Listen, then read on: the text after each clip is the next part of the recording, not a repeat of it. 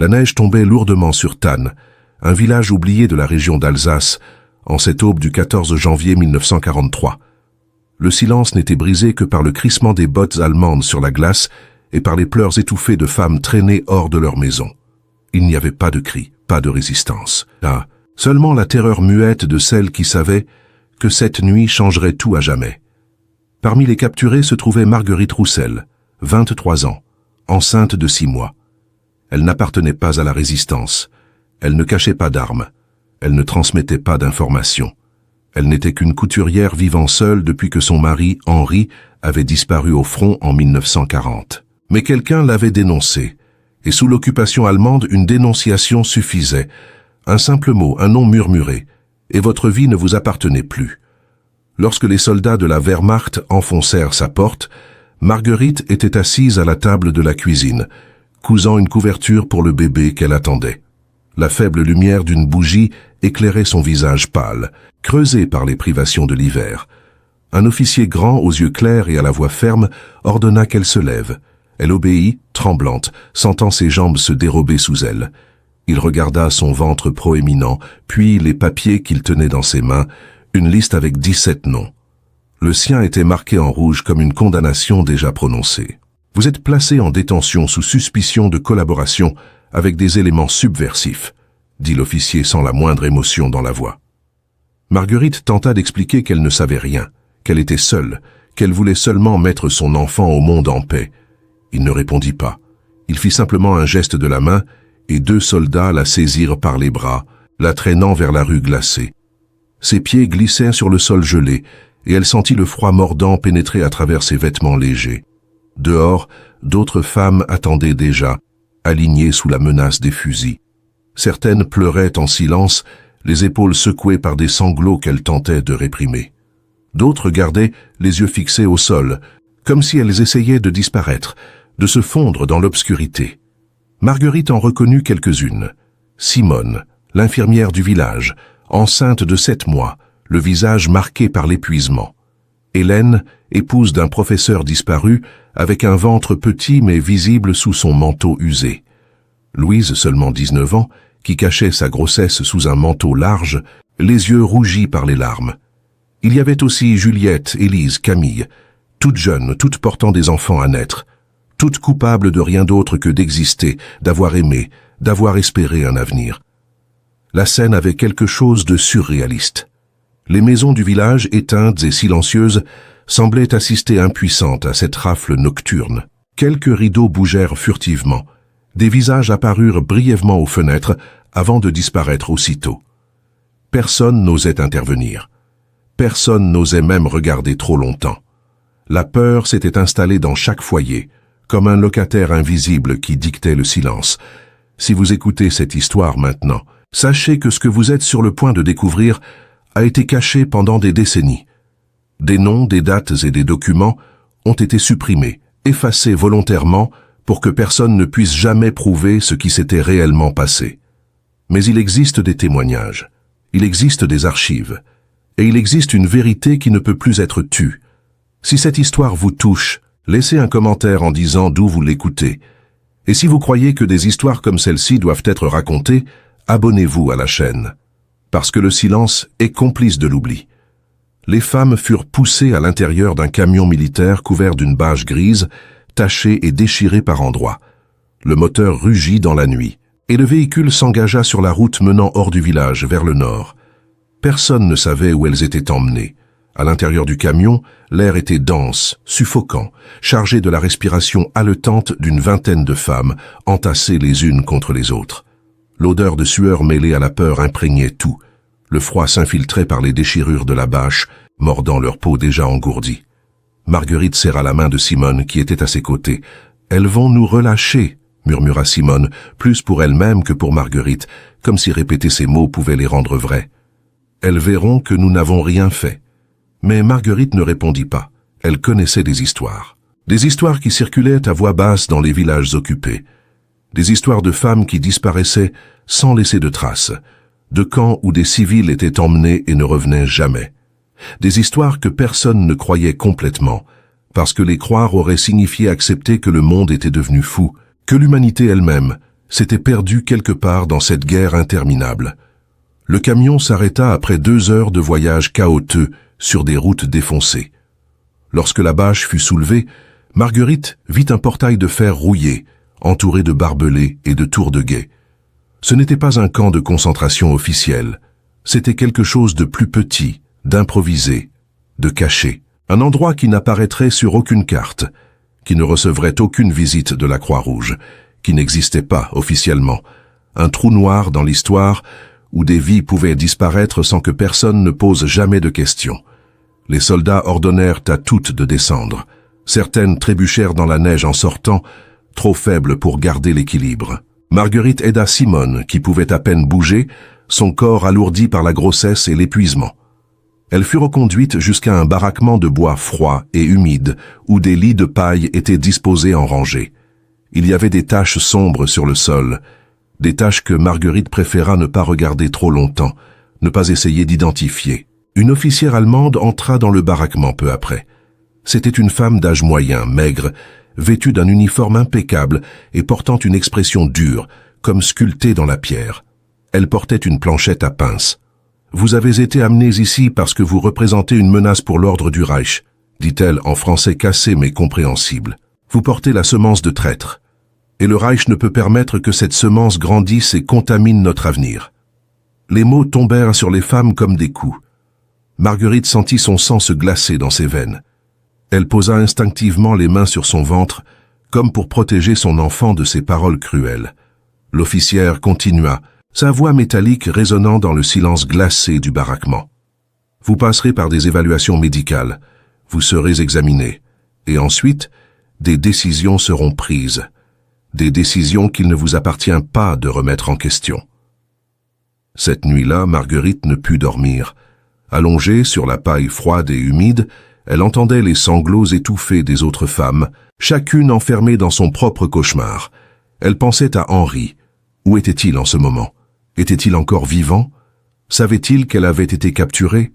Elle pensait au bébé qui grandissait en elle, aux coups de pied qu'elle sentait encore, signe de vie et d'espoir dans ce lieu de mort. Elle se demandait si elle reverrait un jour le soleil se lever sur Thann, si elle reverrait les collines verdoyantes d'Alsace au printemps, si elle tiendrait un jour son enfant dans ses bras sans que personne ne vienne le lui arracher. Elle ne savait pas, mais à ce moment précis, dans un bureau adjacent au camp, un médecin allemand nommé Dr. Klaus Hoffmann examinait des fiches médicales à la lueur d'une lampe à pétrole. Il avait été désigné pour le programme, une expérimentation qui n'avait pas de nom officiel, mais que tous les impliqués connaissaient. Un programme qui considérait les femmes enceintes comme du matériel biologique, comme une ressource, comme un problème à résoudre, une équation à équilibrer dans la grande vision raciale du Reich. Et Marguerite Roussel venait de devenir une fiche de plus dans cette pile, un numéro de plus dans un registre que l'histoire tenterait d'effacer. Le vent hurlait dehors, secouant les planches mal ajustées du baraquement. Marguerite ferma les yeux et pria, non pas pour elle-même, mais pour son enfant, pour qu'il survive, pour qu'il connaisse un monde meilleur que celui-ci, pour qu'il sache, qu'un jour, que sa mère l'avait aimé jusqu'à son dernier souffle.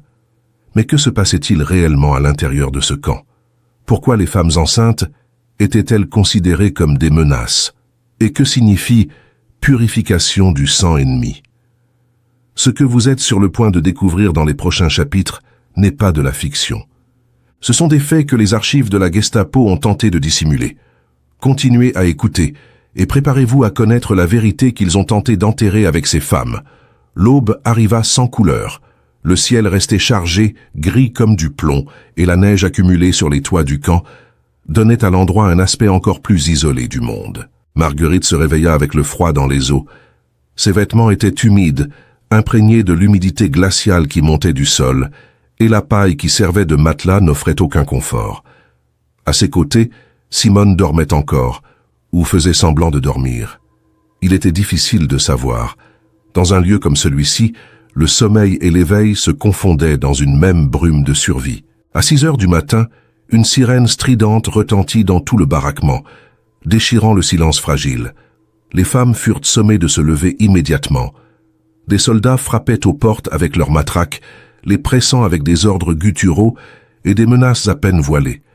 Marguerite aida Simone à se mettre debout. L'infirmière était faible, son visage était pâle comme la cire, ses lèvres gercées saignaient légèrement. « Je n'en peux plus », murmura-t-elle, sa voix à peine audible. Marguerite serra sa main avec une force qu'elle ne pensait plus posséder. « Tu dois tenir, pour ton bébé, pour nous toutes. » Elles furent conduites en file indienne vers un autre baraquement, celui-ci éclairé par des lampes faibles qui pendèrent du plafond, projetant des ombres inquiétantes sur les murs de bois brut. Il y avait une longue table au centre, couverte d'instruments médicaux, stéthoscopes, seringues de différentes tailles, pinces chirurgicales, bistouris aux lames luisantes sous la lumière jaune. Et au fond, une table d'examen en métal, tachée de rouille et d'autres vestiges que Marguerite ne voulait pas identifier. L'odeur dans la pièce était suffocante, un mélange d'antiseptiques bon marché, de sueur et de quelque chose de plus sombre, de plus ancien. Une odeur de mort qui s'était incrustée dans les murs. Le docteur Klaus Hoffmann était de dos, organisant des papiers avec une précision maniaque. Lorsqu'il se retourna, Marguerite vit un homme d'environ 40 ans, mince, portant des lunettes rondes qui reflétaient la lumière des lampes, et une expression qui tentait de paraître clinique, professionnelle, mais qui portait quelque chose de plus sombre dans son regard. Il n'était pas brutal comme les soldats qui les avaient capturés. Il était pire. Il était méthodique, froid, scientifique. Il les regardait non pas comme des êtres humains, mais comme des spécimens, des sujets d'étude. « Bonjour, mesdames », dit-il en français presque parfait, avec seulement une légère trace d'accent allemand. « Je suis le docteur Hoffmann. Je serai responsable de vos évaluations médicales. Je veux clarifier une chose dès maintenant. Vous devez coopérer pleinement. Toute résistance sera traitée comme de l'insubordination et les conséquences seront sévères, très sévères. » Il fit une pause, ajustant ses lunettes, puis ajouta avec un sourire glacial « Je ne suis pas là pour vous faire du mal. Je suis là pour comprendre, pour évaluer, pour prendre les décisions nécessaires dans l'intérêt du Reich. » Il appela la première femme. Juliette, 25 ans, enceinte de 5 mois.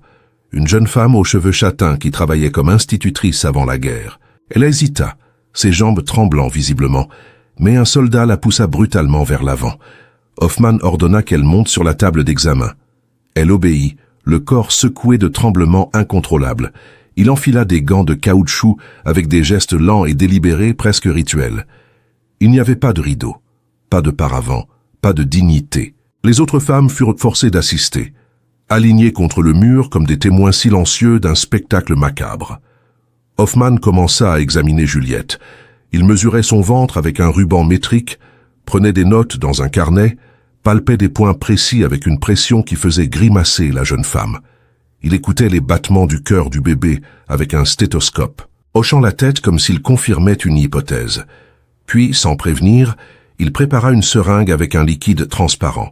« Ce n'est qu'une vitamine », dit-il d'un ton neutre, sans même regarder Juliette dans les yeux. « Pour renforcer votre organisme. » Mais lorsqu'il injecta le liquide dans le bras de Juliette, quelque chose d'étrange se produisit. Presque immédiatement, la jeune femme commença à ressentir des vertiges. Ses yeux se voilèrent. Elle porta une main à sa tête, essayant de se stabiliser. « Je me sens bizarre », murmura-t-elle, avant de s'effondrer à moitié sur la table. Hoffmann la rattrapa avec une précision clinique, la rallongeant complètement. « Effet secondaire normal », dit-il aux autres femmes, comme s'il donnait une conférence médicale. Rien d'inquiétant. Mais Marguerite avait vu. Elle avait vu la manière dont Juliette était devenue soudainement léthargique, la manière dont son regard s'était vidé. Ce n'était pas une vitamine, c'était autre chose. Quelque chose de dangereux. Une par une, les femmes furent soumises au même processus. Certaines pleuraient en silence pendant l'examen. D'autres gardèrent les yeux fermés, comme si ne pas voir pouvait rendre l'expérience moins réelle. Hélène fut mesurée, palpée, injectée. Louise également. Puis Simone, qui pouvait à peine tenir debout, tant elle était faible. Hoffmann nota quelque chose dans son carnet en regardant Simone, une expression presque satisfaite sur son visage. « Vous êtes presque à terme », dit-il à l'infirmière. « Très intéressant. » Lorsque vint le tour de Marguerite, elle monta sur la table avec des jambes qui tremblaient sous son propre poids. Hoffmann l'examina avec la même efficacité froide. Il mesura son ventre, écouta les battements du cœur du bébé, prit des notes. Puis il prépara une seringue. Marguerite sentit la panique monter dans sa gorge. « Non, dit-elle, sa voix se brisant. Je ne veux pas de ça. » Hoffmann s'arrêta. Il la regarda avec une curiosité presque scientifique, comme s'il observait une réaction chimique inattendue. « Vous n'avez pas le choix, Madame Roussel, » dit-il calmement. « Cela fait partie du protocole. »« Quel protocole ?» demanda-t-elle, les larmes coulant maintenant librement sur ses joues. « Qu'est-ce que vous nous faites? Pourquoi nous traitez-vous comme ça ?» Hoffmann soupira comme s'il devait expliquer quelque chose d'évident à une enfant têtue. Il posa la seringue un instant et s'approcha d'elle. « Madame Roussel, écoutez-moi attentivement. Vous êtes ici parce que vous portez l'enfant d'un ennemi du Reich. Un enfant qui, s'il venait au monde, perpétuerait la résistance, la désobéissance, l'impureté raciale. Notre travail, mon travail, est de garantir que cela n'arrive pas. Nous sommes en guerre, madame, et dans une guerre, des sacrifices doivent être faits, même les plus personnels. »« Vous allez tuer nos bébés ?» Marguerite demanda, sa voix tremblant d'horreur. Hoffmann ne répondit pas directement. Il reprit simplement la seringue. « Ce n'est pas aussi simple que vous le pensez, » dit-il en injectant le liquide dans son bras. Marguerite sentit la piqûre, puis une sensation de brûlure qui se propagea dans tout son bras, des vertiges, des nausées, et puis progressivement, le monde devint flou autour d'elle. Lorsqu'elle reprit conscience, elle était de retour dans le baraquement. Simone était allongée à ses côtés, elle aussi inconsciente. La lumière du jour filtrait à travers les fentes des planches de bois, indiquant qu'il devait être l'après-midi. Marguerite tenta de se lever, mais son corps ne répondait pas. Chaque mouvement lui coûtait un effort surhumain. Plusieurs heures passèrent avant qu'elle puisse enfin bouger correctement. Et lorsqu'elle le fit, elle remarqua quelque chose de différent. Il y avait une douleur sourde dans son bas-ventre, une douleur qui n'était pas là avant, une crampe persistante qui la faisait grimacer à chaque mouvement. Elle regarda autour d'elle. Les autres femmes étaient également revenues dans le baraquement, toutes dans des états similaires. Certaines gémissaient doucement, d'autres restaient immobiles, fixant le plafond avec des yeux vides. L'atmosphère était lourde, oppressante, chargée d'une terreur silencieuse. Cette nuit-là, quelque chose de terrible se produisit. Camille, une jeune femme de 22 ans enceinte de 6 mois, commença à saigner. D'abord légèrement, puis de plus en plus abondamment. Elle se mit à crier, agrippant son ventre avec les 2 mains, son visage tordu de douleur et de terreur. « Mon bébé, mon Dieu, mon bébé !» Les autres femmes se précipitèrent autour d'elle, essayant de l'aider, mais elles ne savaient pas quoi faire. Il n'y avait pas de médecin, pas d'infirmière. Simone était trop faible pour agir. Pas de médicaments, pas de bandages, seulement leurs mains tremblantes et leur impuissance déchirante. Marguerite essayait de réconforter Camille, tenant sa main, lui murmurant que tout irait bien, même si elle savait que c'était un mensonge. Le sang continuait de couler, imbibant la paille sous le corps de Camille, formant une tache sombre qui s'élargissait inexorablement. Les cris de Camille devinrent plus faibles, plus rauques, jusqu'à ce qu'ils ne soient plus que des gémissements étouffés. Son visage devint de plus en plus pâle, ses lèvres prirent une teinte bleuâtre. Marguerite criait vers la porte, appelant les gardes, suppliant qu'on vienne les aider. Mais personne ne vint. Personne ne répondit. Lorsque les soldats apparurent finalement, des heures plus tard, il était trop tard.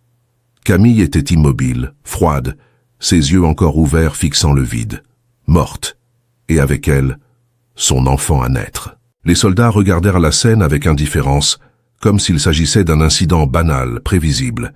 Ils traînèrent le corps hors du baraquement sans prononcer un mot, sans la moindre marque de respect ou de compassion. Marguerite comprit à ce moment-là, avec une clarté terrible, qu'aucune d'entre elles ne sortirait de là vivante. Ou si elles sortaient, ce ne serait pas avec leur bébé. Hoffmann n'essayait pas de les sauver. Il ne menait pas des examens médicaux normaux. Il réalisait des expériences. Et elles n'étaient que des cobayes, des objets d'étude dans un programme dont elle ne connaissait même pas le nom. Dans les jours qui suivirent, Marguerite observa tout avec une attention nouvelle, presque obsessionnelle. Elle remarqua que certaines femmes étaient emmenées vers un autre baraquement, séparé du leur, situé à l'extrémité du camp. De ce bâtiment venaient parfois des sons étouffés, des pleurs de nouveau-nés, faibles mais reconnaissables. Elle remarqua que certaines femmes revenaient de ce baraquement sans leur ventre, le regard vide, marchant comme des fantômes. D'autres ne revenaient jamais. Simone, malgré sa faiblesse croissante, commença à rassembler des informations.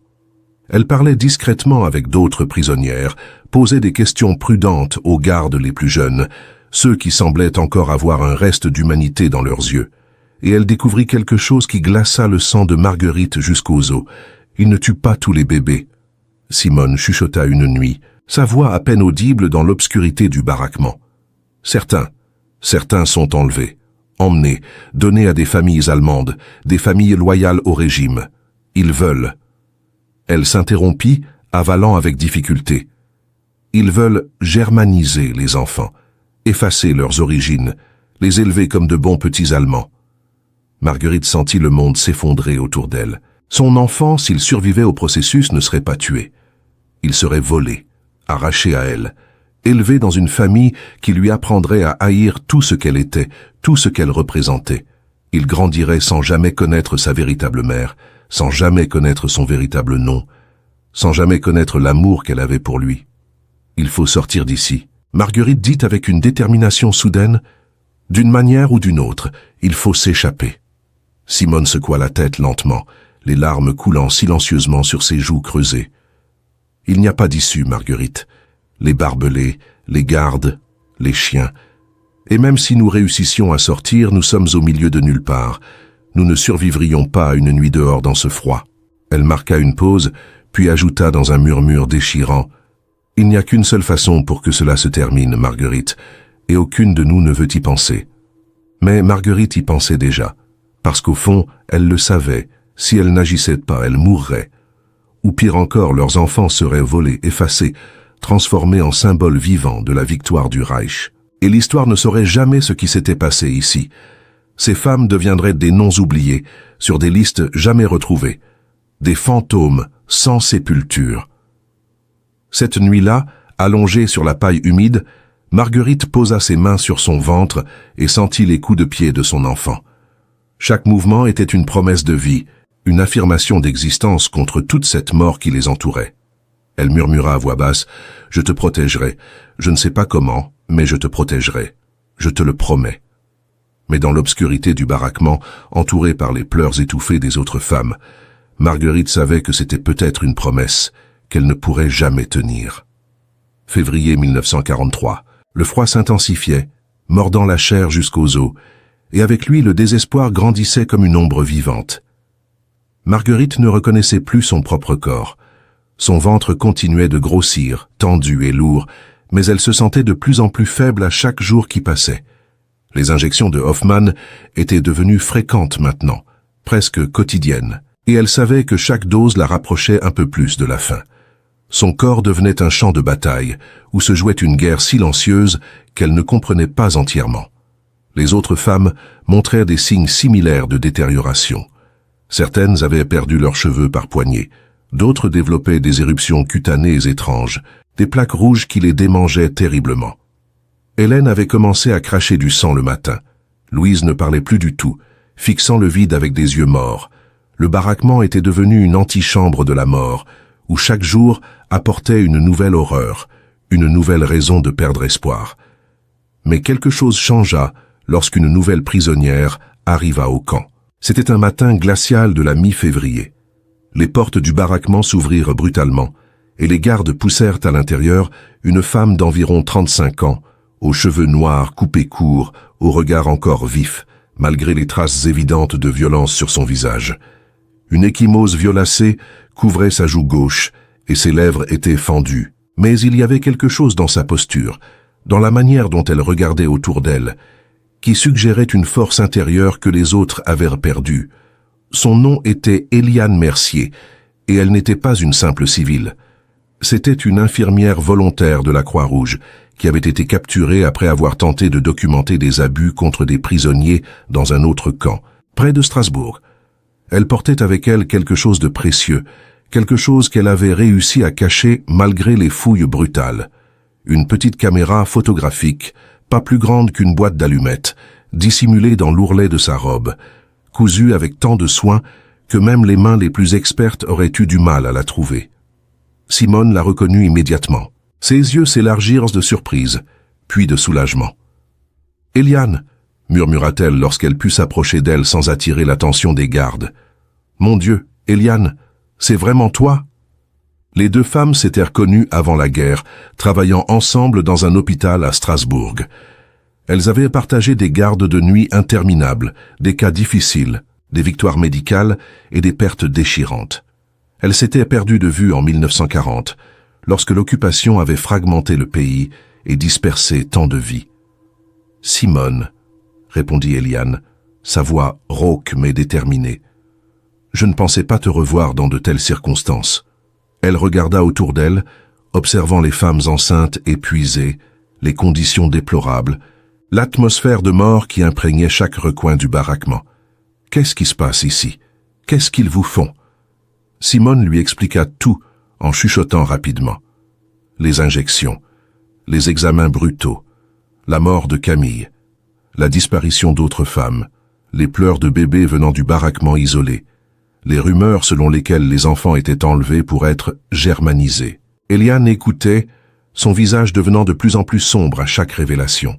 « Il faut documenter tout ça », dit finalement Eliane, sa voix basse mais ferme. « Tout, chaque détail. Si l'une de nous survit, même une seule, le monde doit savoir. Ces crimes ne peuvent pas rester cachés. » Elle toucha discrètement l'ourlet de sa robe. « J'ai une caméra. C'est risqué, mais nous devons essayer. » Simone hocha la tête, les larmes aux yeux.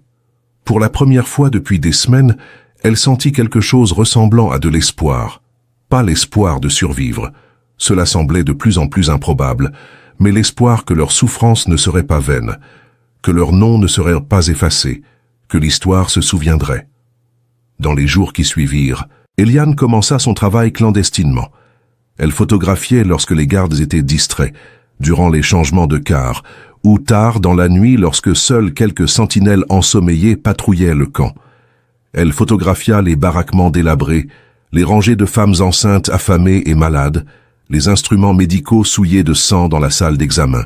Elle photographia les visages, des visages marqués par la peur, l'épuisement, le désespoir, des visages qui racontèrent des histoires que les mots seuls ne pourraient jamais capturer. Simone, de son côté, écrivait, sur des morceaux de papier déchirés récupérés ici et là, des pages arrachées de registres allemands, des emballages de rations, même des bouts de tissu sur lesquels elle grattait des mots avec un morceau de charbon.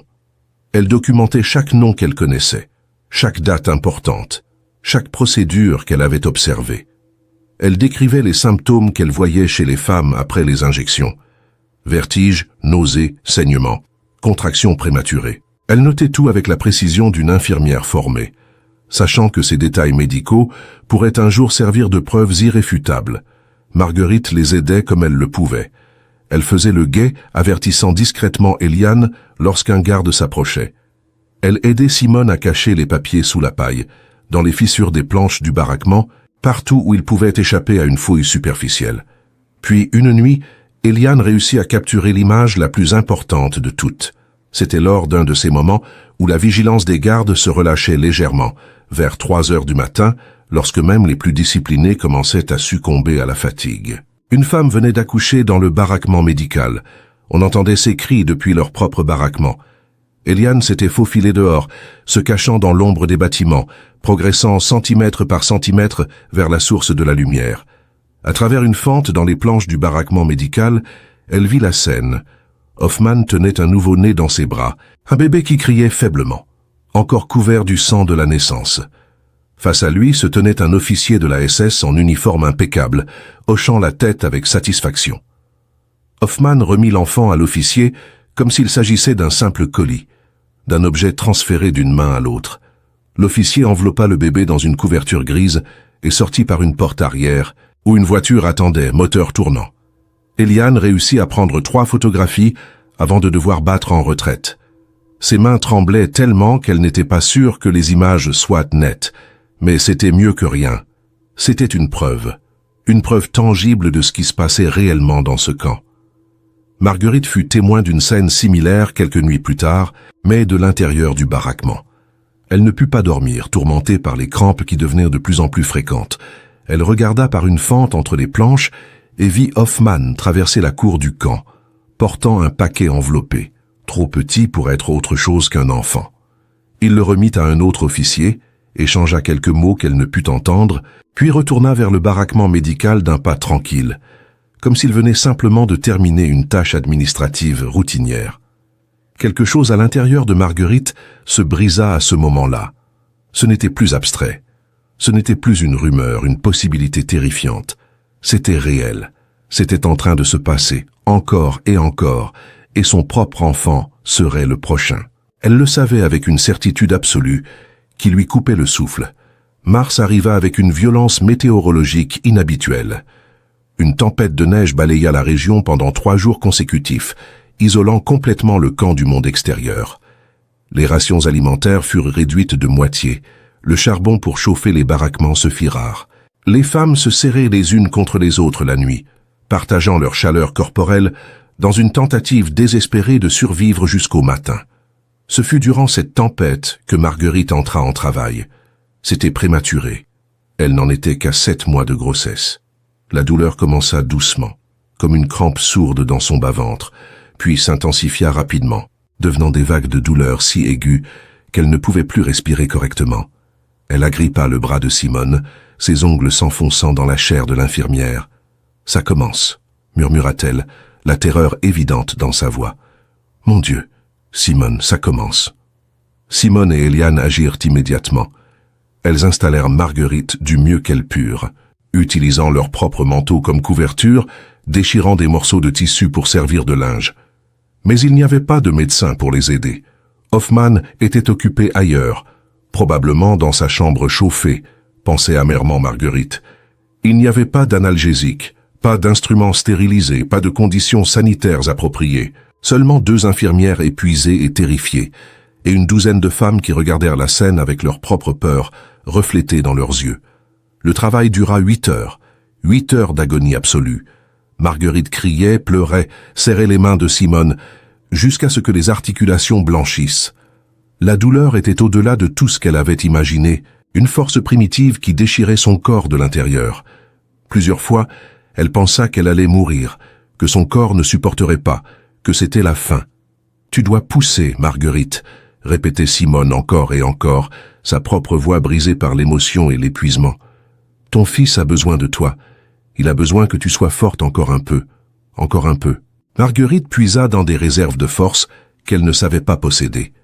Elle poussa avec chaque once d'énergie qui lui restait, son corps entier tremblant sous l'effort. Et puis, alors que l'aube commençait à poindre à travers les fentes du baraquement, elle entendit le son le plus beau et le plus terrifiant de sa vie, un cri. Faible, fragile, mais indubitablement vivant. « C'est un garçon », dit Simone, des larmes coulant librement sur son visage émacié. « Il est vivant, Marguerite. Ton fils est vivant. » Eliane enveloppa rapidement le bébé dans un vieux tissu, le seul propre qu'elles avaient pu trouver, et le plaça dans les bras de Marguerite. Le nouveau-né était petit, si petit qu'il tenait entièrement dans ses 2 mains. Sa peau était pâle, presque translucide, et ses yeux étaient fermés. Mais il respirait. Son petit thorax se soulevait et s'abaissait, et Marguerite pouvait sentir son cœur battre contre sa poitrine. Elle regarda son fils, et pour la première fois depuis des mois, depuis cette terrible nuit de janvier où elle avait été arrachée à sa maison, elle sentit quelque chose d'autre que de la peur.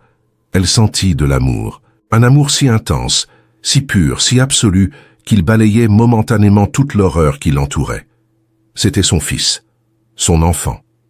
Une partie d'elle et d'Henri, une promesse d'avenir dans un monde qui semblait n'en offrir aucun. « Il a les yeux d'Henri », murmura-t-elle, même si les yeux du bébé étaient encore fermés. « Je le sais, je le sens. » Elle le tint contre elle, sentant sa chaleur fragile, écoutant ces petits bruits, ces sons incompréhensibles que font les nouveau-nés. Elle murmura son nom, un nom qu'elle et Henri avaient choisi ensemble avant que la guerre ne les sépare. « Pierre », dit-elle doucement, « mon petit Pierre. » Mais cette joie, ce moment de grâce au milieu de l'enfer, dura à peine quelques minutes. La porte du baraquement s'ouvrit brusquement, laissant entrer un courant d'air glacial. Hoffmann entra accompagné de 2 soldats. Il devait avoir été informé immédiatement de la naissance, peut-être par les gardes qui patrouillaient à l'extérieur, peut-être par un système de surveillance qu'elles ignoraient. « Félicitations, Madame Roussel », dit-il d'une voix dénuée d'émotion, clinique et froide. Votre fils sera bien pris en charge, je vous l'assure. Non, gémit Marguerite, serrant le bébé plus fort contre sa poitrine. Non, vous ne pouvez pas. S'il vous plaît, je vous en supplie. C'est mon fils, mon enfant. Hoffmann fit un signe de la tête aux soldats. Ils avancèrent vers elle avec une détermination mécanique. Marguerite essaya de résister, de se détourner, de protéger son bébé avec son propre corps. Mais elle était trop faible, son corps trop épuisé par l'accouchement. Les soldats la maintinrent fermement pendant que Hoffmann prenait le nouveau-né de ses bras. Les cris de Marguerite déchirèrent l'air du baraquement. Des cris de douleur absolue, de désespoir total, de quelque chose qui allait au-delà des mots. C'était le cri d'une mère à qui on arrache son enfant, le son le plus primaire de la souffrance humaine. Les autres femmes pleuraient avec elle, certaines détournant les yeux, incapables de supporter la scène. « S'il vous plaît !» hurlait Marguerite, tendant les bras vers son fils. « Mon bébé! Rendez-moi mon bébé! Pierre !» Mais Hoffmann était déjà à la porte, le nouveau-né dans ses bras. Il se retourna une dernière fois et pour la première fois, Marguerite crut voir quelque chose ressemblant à de l'émotion traverser son visage, peut-être de la gêne, peut-être du regret. Mais cela disparut aussitôt, remplacé par le masque professionnel qu'il portait toujours. « Il aura une meilleure vie que celle que vous pourriez lui offrir », dit-il, comme si ces mots pouvaient constituer une quelconque consolation. « Il sera élevé dans une bonne famille allemande. Il ne manquera de rien. » Puis il sortit, emportant avec lui le fils de Marguerite, laissant derrière lui une mère brisée qui s'effondra sur la paille, son corps secoué de sanglots incontrôlables. Simone et Eliane l'entourèrent, la tenant, pleurant avec elle, mais il n'y avait aucune consolation possible. Aucun mot ne pouvait atténuer cette douleur, mais Eliane avait tout photographié. Dissimulée dans l'ombre, profitant de la confusion et de l'émotion du moment, elle avait réussi à capturer plusieurs images. Hoffmann tenant le nouveau-né, les soldats le prenant à Marguerite, le visage déchiré de douleur de la mère. C'étaient des images floues, prises dans la pénombre, mais elles étaient là. Elles existaient. Et Simone avait écrit. Sur un morceau de papier qu'elle cachait dans sa manche, elle avait noté « 14 mars 1943, 6h47 du matin. Marguerite Roussel donne naissance à un garçon. Prématuré mais vivant. Confisqué par Dr Hoffmann 10 minutes après la naissance. Mère en détresse extrême. Bébé destiné au programme de germanisation. Nom donné par la mère. Pierre. » Ces mots, ces images, deviendraient les seules preuves que Pierre Roussel avait existé, que son premier cri avait résonné dans un baraquement glacé d'Alsace, que sa mère l'avait aimé même pour ces quelques minutes volées à l'horreur. Dans les semaines qui suivirent, Marguerite se laissa mourir. Elle refusait de manger.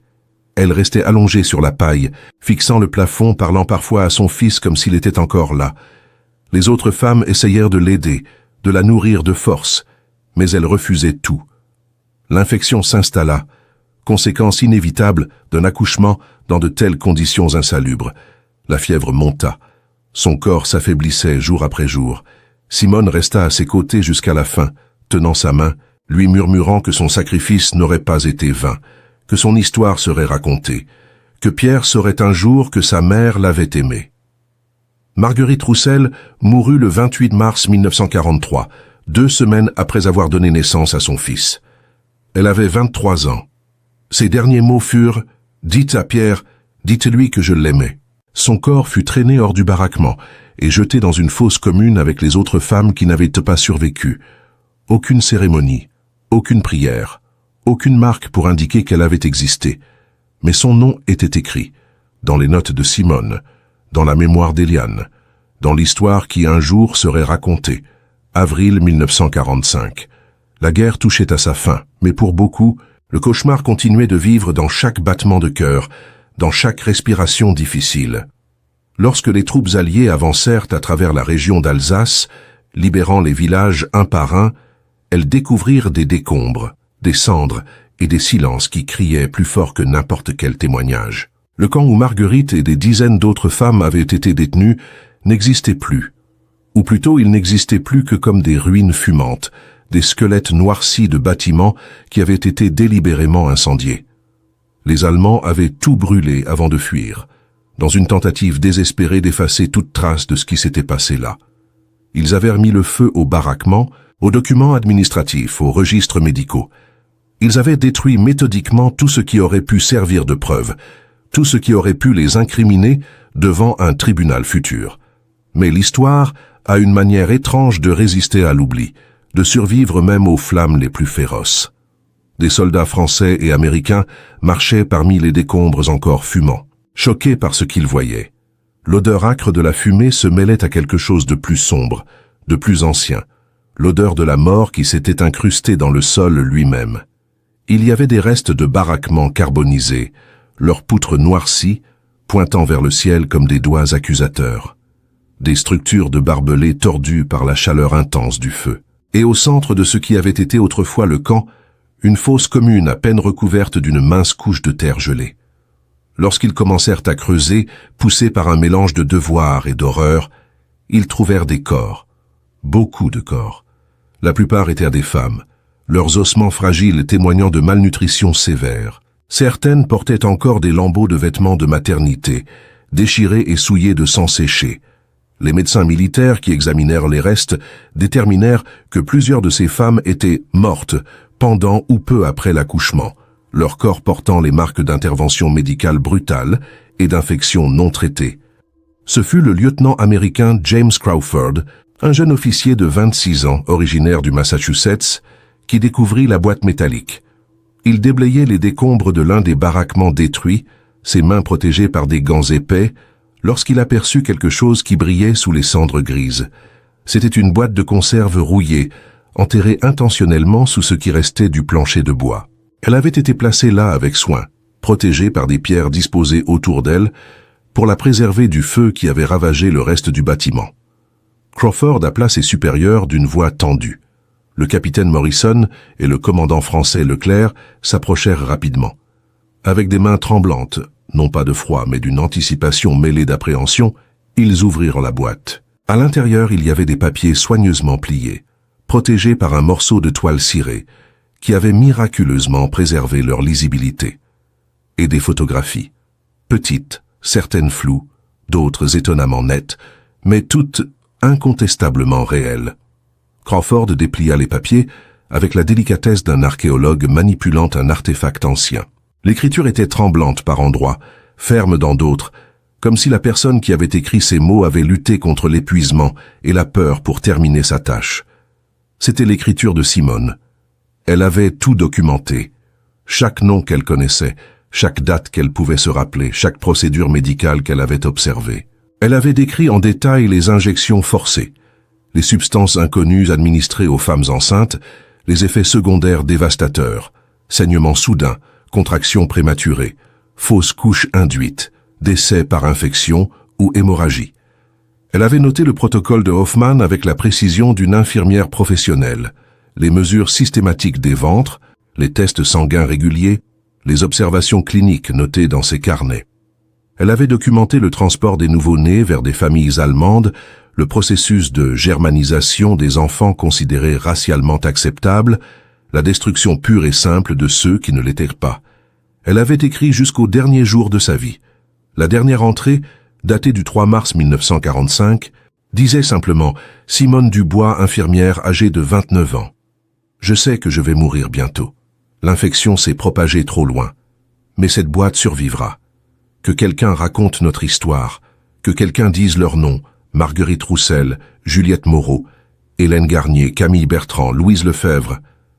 Nous étions des mères. Nous méritions de vivre. Nos enfants méritèrent de vivre. N'oubliez pas. Les photographies d'Eliane montraient ce que les mots ne pouvaient capturer. Des femmes enceintes alignées dans la neige, leurs visages creusés par la faim et la terreur.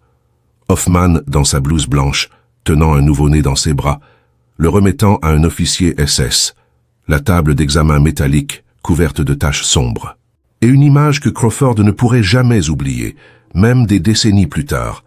Marguerite Roussel, allongée sur la paille, tenant son fils contre sa poitrine pour la dernière fois, ses yeux remplis d'un mélange d'amour désespéré et de terreur absolue.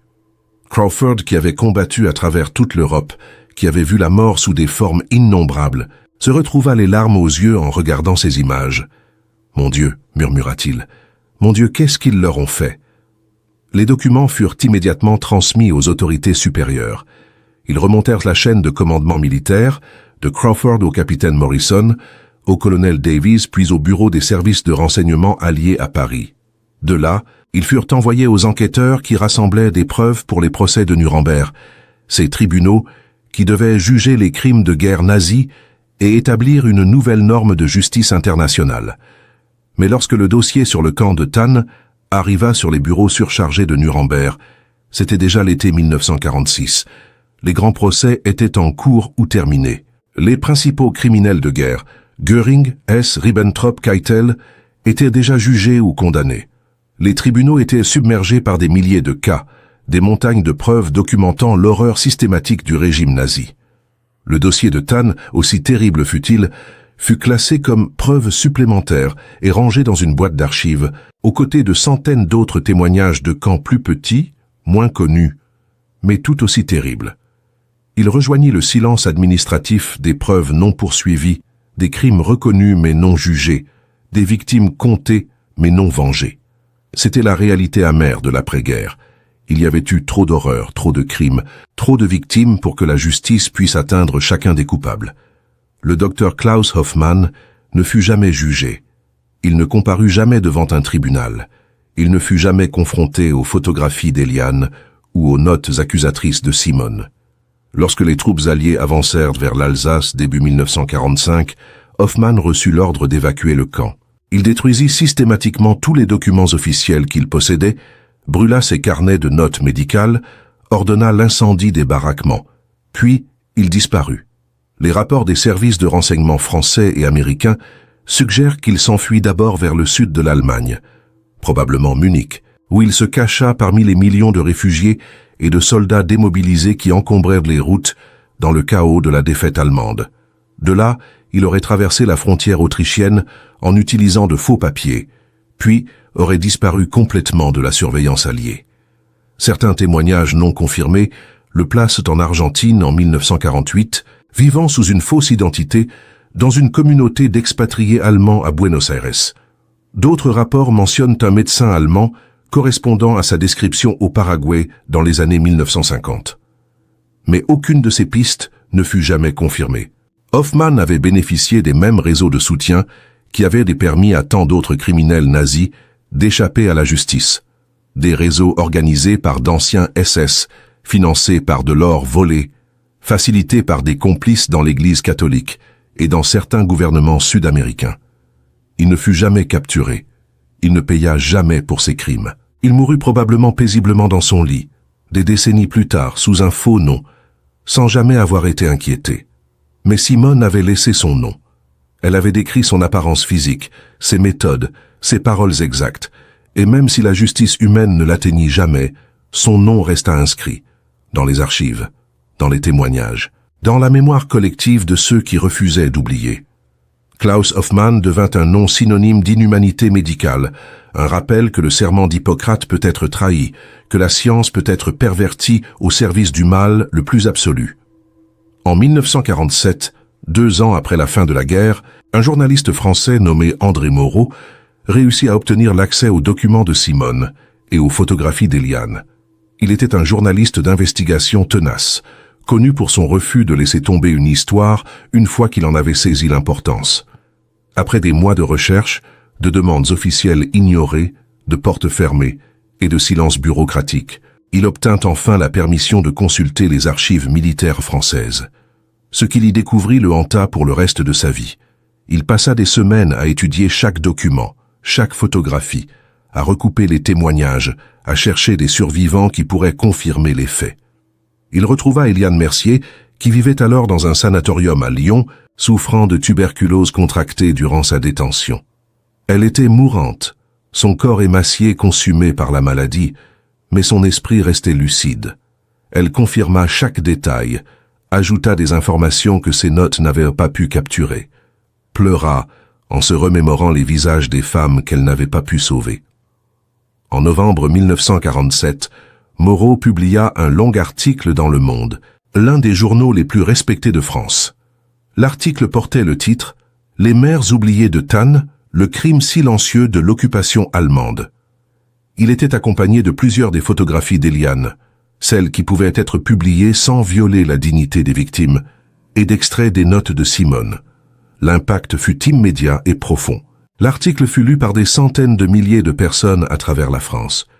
Des familles de toute la nation commencèrent à chercher des informations sur leurs proches disparus pendant la guerre. Mères, sœurs, épouses, filles qui avaient simplement disparu une nuit, sans explication, sans adieu, sans trace. Certaines familles trouvèrent les noms de leurs parentes dans la liste de Simone. Pour elles, ce fut une confirmation déchirante mais nécessaire. Au moins, elles savaient maintenant. Elles pouvaient faire leur deuil, même sans corps à enterrer, même sans tombe à visiter. D'autres ne trouvèrent rien, parce que tant de femmes emmenées vers des camps comme celui-ci n'avaient jamais été enregistrées officiellement. Elles avaient simplement disparu, effacées de l'histoire, comme si elles n'avaient jamais existé. Leurs familles restèrent dans un purgatoire cruel, ne sachant jamais avec certitude ce qui était arrivé à leurs proches, condamnés à porter éternellement l'espoir et le chagrin entremêlés. Henri Roussel, le mari de Marguerite, avait survécu à la guerre. Il était rentré à Thann en octobre 1946, après avoir passé les derniers mois du conflit dans un camp de prisonniers de guerre en Pologne. Il était revenu amaigri, marqué par les années de captivité, mais vivant. Il était revenu en espérant retrouver Marguerite, en rêvant de rencontrer enfin l'enfant qu'elle portait lorsqu'il était parti au front en 1940. Mais la maison était vide, les fenêtres étaient brisées. La porte pendait sur ses gonds. À l'intérieur, tout avait été pillé, les meubles, les vêtements, tout ce qui avait de la valeur. Il ne restait que des débris, des souvenirs éparpillés d'une vie qui avait été brutalement interrompue. Henri demanda aux voisins, aux commerçants, à quiconque voulait bien lui parler, mais personne ne savait rien, ou du moins personne ne voulait parler. La peur de l'occupation avait laissé des cicatrices profondes, une habitude du silence qui persistait même après la libération. « Elle est partie », lui dit finalement une vieille voisine, Madame Petit, qui avait connu Marguerite. Une nuit de janvier 1943, les Allemands sont venus. Ils ont pris beaucoup de femmes cette nuit-là. Nous ne les avons jamais revues. Elle baissa les yeux, honteuse. « Je suis désolée. Nous n'avons rien pu faire. » Henri passa les mois suivants dans un état de désespoir croissant. Il visitait les bureaux administratifs, cherchait dans les registres de décès, interrogeait les soldats revenus. Mais il ne trouvait rien. Marguerite avait simplement disparu, avalée par la machine de guerre nazie, sans laisser de traces officielles. Ce n'est que lorsqu'il lut l'article de Moreau dans Le Monde, en décembre 1947, qu'Henri comprit enfin. Il vit le nom de sa femme dans la liste de Simone. Il vit la photographie floue d'une femme qui ressemblait à Marguerite, tenant un nouveau-né dans ses bras, son visage tordu par la douleur et l'amour. Il lut la description de ce qui s'était passé dans le camp. Il lut comment elle était morte, seule, d'une infection après avoir donné naissance à leur fils. Il s'effondra en lisant ces mots, son corps secoué de sanglots qu'il avait réprimés pendant des années. Il pleura pour Marguerite, pour leur fils qu'il n'avait jamais connu, pour toutes ces années volées, pour tous ces futurs qui ne se réaliseraient jamais. Mais Henri était un homme obstiné. La douleur se transforma en détermination. S'il ne pouvait plus sauver Marguerite, ils pouvaient au moins retrouver leur fils, Pierre. C'était le nom qu'ils avaient choisi ensemble, assis dans leur petite cuisine de Thann en 1939, discutant de l'avenir avec l'optimisme naïf de ceux qui ne peuvent pas imaginer l'horreur à venir. Henri consacra le reste de sa vie à cette recherche. Il voyagea à travers l'Allemagne, visitant des orphelinats dans des dizaines de villes. Il consulta les registres d'adoption, aussi fragmentaires fussent-ils dans le chaos de l'après-guerre. Il fit placer des annonces dans les journaux allemands et autrichiens. Recherche Pierre Roussel, né en mars 1943, fils de Marguerite Roussel. Si vous avez des informations, contactez. Il écrivit des centaines de lettres aux autorités françaises, allemandes, autrichiennes, aux organisations humanitaires, à la Croix-Rouge internationale. Mais il ne trouva jamais rien. Son fils, s'il était encore en vie, avait été complètement effacé. Son identité avait été remplacée, son nom changé, ses origines falsifiées. Il avait été transformé en un petit Allemand, élevé par une famille qui ne connaissait peut-être même pas sa véritable histoire, ou qui avait choisi de l'ignorer. Pierre Roussel avait cessé d'exister, remplacé par un autre nom, une autre vie, une autre identité. Henri mourut en 1973, à l'âge de 73 ans, sans avoir jamais trouvé son fils. Mais avant de mourir, il fit une dernière chose. Il rassembla tous les documents qu'il avait accumulés pendant des décennies. Les lettres, les photos, les articles de journaux, les copies des notes de Simone, et les donna aux Archives nationales françaises. Il écrivit une lettre, qu'il demanda à être conservée avec les documents, adressée à celui qui pourrait la trouver. Si mon fils Pierre vit encore quelque part, sous un autre nom, dans une autre vie, je veux qu'il sache ceci. Sa mère l'aimait plus que sa propre vie. Elle a lutté pour lui protéger jusqu'à son dernier souffle. Elle méritait d'être sa mère. Elle méritait de le voir grandir. Et moi, son père, j'ai passé chaque jour depuis sa naissance à essayer de le retrouver. Nous ne t'avons pas abandonné, Pierre. On nous t'a volé. N'oublie jamais cela. Henri Roussel, décembre 1972. En 1985, 40 ans après la libération du camp, un mémorial fut érigé à Thann. C'était une initiative modeste, financée par des donations locales et par l'association des survivants de la déportation. Le mémorial était fait de pierres grises d'Alsace, simple mais digne. Sur sa surface étaient gravés 17 noms, tous les noms que Simone avait pu documenter avant sa mort. Marguerite Roussel, Simone Dubois, Juliette Moreau, Hélène Garnier, Camille Bertrand, Louise Lefebvre, et 11 autres, chacune avec son histoire, chacune avec ses rêves perdus, chacune avec un enfant qui n'avait jamais eu la chance de vivre ou qui avait été volé. Éliane Mercier, qui avait survécu à la guerre mais était morte de tuberculose en 1948, avait également son nom gravé. Sans son courage, sans sa caméra, sans ses photographies, l'histoire de ces femmes aurait été complètement effacée. Chaque année, le 14 janvier, l'anniversaire de la rafle qui avait arraché ces femmes à leur foyer, survivants, descendants et habitants du village se rassemblent devant le mémorial. Ils allument des bougies qui tremblent dans le vent d'hiver. Ils déposent des fleurs, même lorsque la neige les recouvre en quelques minutes. Et ils lisent les noms à voix haute, un par un, pour que ces femmes ne soient jamais oubliées, pour que leur voix résonne encore dans le silence. En 2003, 58 ans après la fin de la guerre, quelque chose d'extraordinaire se produisit. Un homme âgé apparut au mémorial lors de la cérémonie annuelle. Il avait environ 60 ans, des cheveux blancs, un visage marqué par le temps et par des questions sans réponse. Il parlait français avec un fort accent allemand. Il se tenait à l'écart, observant la cérémonie avec une expression de douleur profonde. Lorsque la lecture des noms fut terminée, il s'approcha timidement du mémorial. Une femme âgée du village, Madame Berger, qui organisait la cérémonie chaque année, remarqua son trouble. « Puis-je vous aider, monsieur ?» demanda-t-elle doucement. L'homme hésita, puis parla d'une voix brisée par l'émotion. « Je m'appelle Peter Hoffmann. Du moins, c'est le nom sous lequel j'ai été élevé. » Il prit une profonde inspiration. « J'ai grandi en Bavière, adopté par une famille allemande dont je pensais qu'elle était ma famille biologique. J'ai vécu toute ma vie en croyant être allemand de naissance. Mais il y a quelques mois, ma mère... » Il se corrigea. « La femme qui m'a élevé est décédée. En triant ses affaires, j'ai trouvé des documents cachés au fond d'une vieille malle.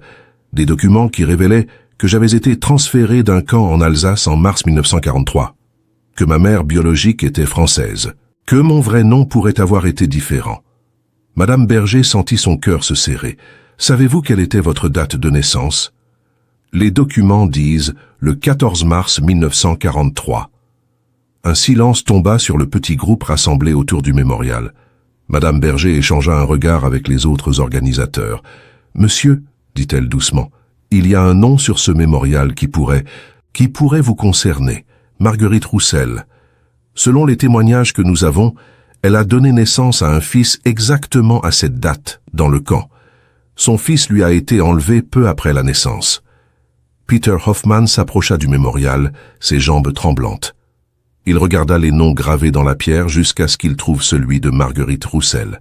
Il tendit une main tremblante et toucha le nom, traçant chaque lettre avec ses doigts. « Marguerite », murmura-t-il, « maman ».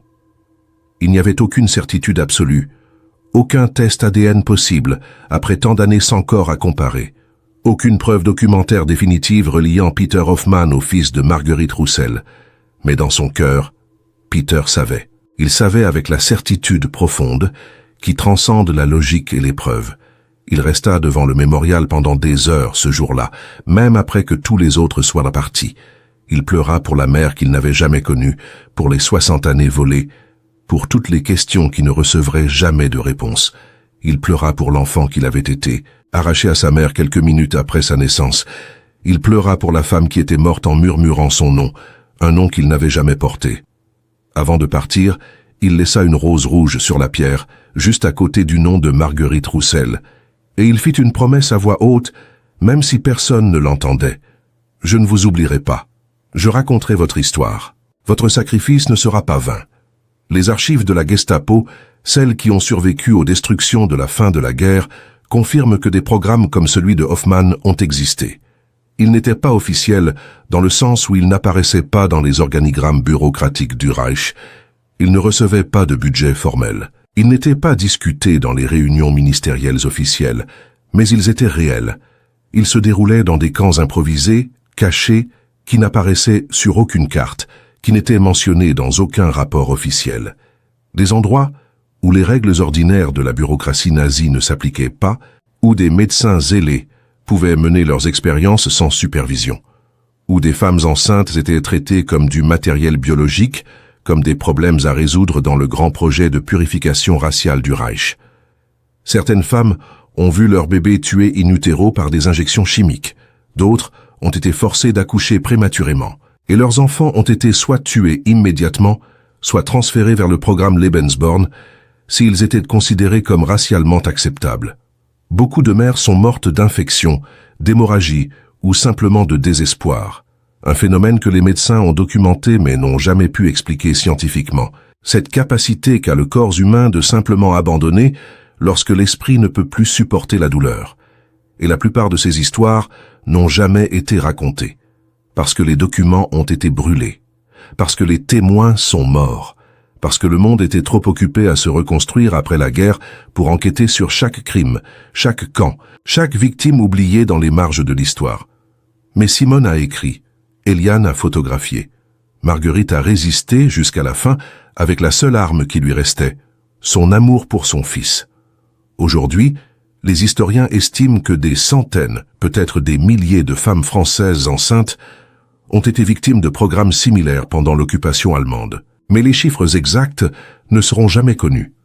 Trop de documents ont été détruits, trop de témoins ont disparu, trop de noms n'ont jamais été enregistrés.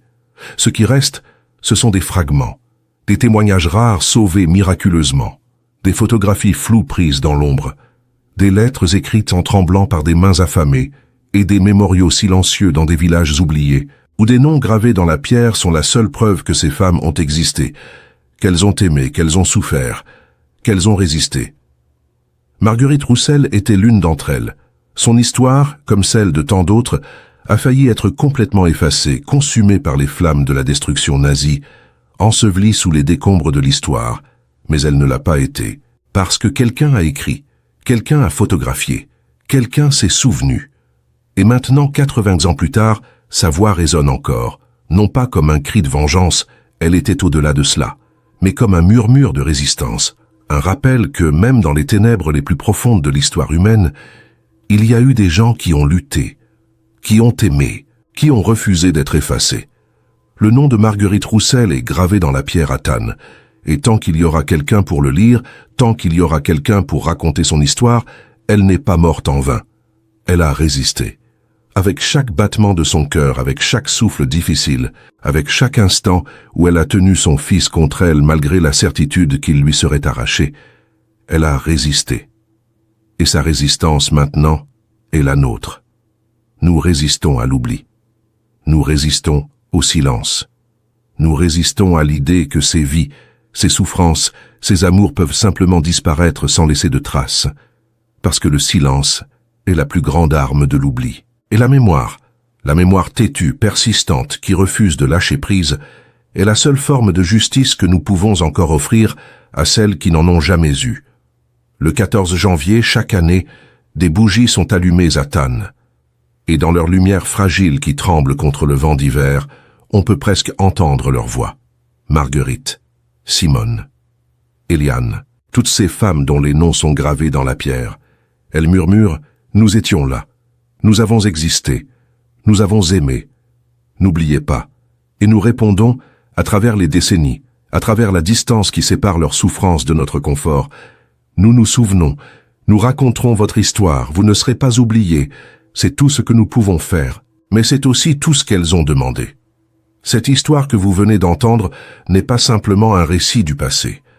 C'est un témoignage qui a survécu contre toute attente, préservé par le courage de femmes comme Simone et Eliane, qui ont risqué tout ce qu'il leur restait pour que la vérité ne soit pas enterrée avec elles. Chaque fois que nous racontons ces histoires, chaque fois que nous prononçons ces noms oubliés, nous accomplissons ce qu'elles ont supplié qu'on fasse. Nous résistons à l'oubli. Si ce récit vous a touché, si vous croyez que ces voix méritent d'être entendues au-delà du silence qui a tenté de les étouffer, laissez un commentaire en nous disant d'où vous écoutez cette histoire. Votre présence ici, votre attention, votre mémoire, tout cela fait partie de la résistance contre l'effacement de ces vies. Abonnez-vous à cette chaîne pour découvrir d'autres histoires que l'histoire officielle a tenté d'oublier. Parce que, tant qu'il y aura quelqu'un pour écouter, quelqu'un pour se souvenir, quelqu'un pour transmettre, ces femmes, Marguerite, Simone, Eliane et toutes les autres, ne seront pas mortes en vain. Leur résistance continue à travers nous. Et votre soutien, aussi simple qu'un commentaire ou un abonnement, fait partie de cette chaîne de mémoire qui traverse les générations. Merci d'avoir écouté, merci de vous souvenir, merci de résister à l'oubli avec nous.